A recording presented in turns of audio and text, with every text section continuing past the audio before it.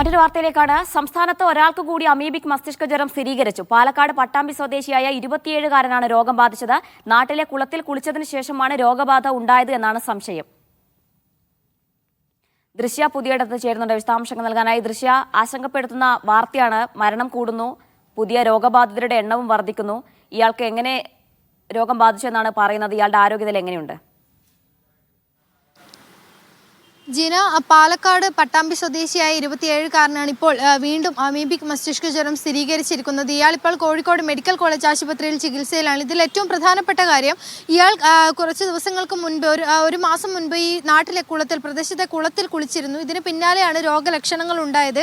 കുറച്ച് ദിവസങ്ങൾക്ക് മുൻപ് പാലക്കാട് സ്വകാര്യ ആശുപത്രിയിൽ ചികിത്സ തേടിയിരുന്നു. രോഗലക്ഷണങ്ങളോടെ ചികിത്സ തേടിയിരുന്നു. ഇതിന് പിന്നാലെ ഈ ഗുരുതരാവസ്ഥയിലെത്തുകയും രോഗലക്ഷണങ്ങൾ കൂടിയതോടെ കോഴിക്കോട് മെഡിക്കൽ കോളേജിലേക്ക് മാറ്റുകയുമായിരുന്നു.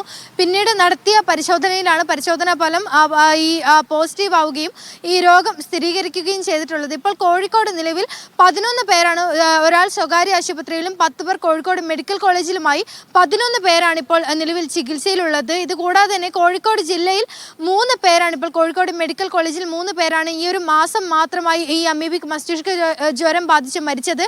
സംസ്ഥാനത്തൊട്ടാകെ 7 മരണങ്ങൾ ഉണ്ടായി. എന്തായാലും ഇത്രയും ഈ മരണങ്ങൾ ഉണ്ടായിട്ടും, മരണസംഖ്യ ഉയർന്നിട്ടും, രോഗബാധ ഉയർന്നിട്ടും ഇതിന്റെ കൃത്യമായ ഉറവിടം കണ്ടുപിടിക്കാൻ സാധിച്ചിട്ടില്ല എന്നുള്ളത് തന്നെയാണ് ഏറ്റവും വലിയ വെല്ലുവിളിയായി തുടരുന്നത്.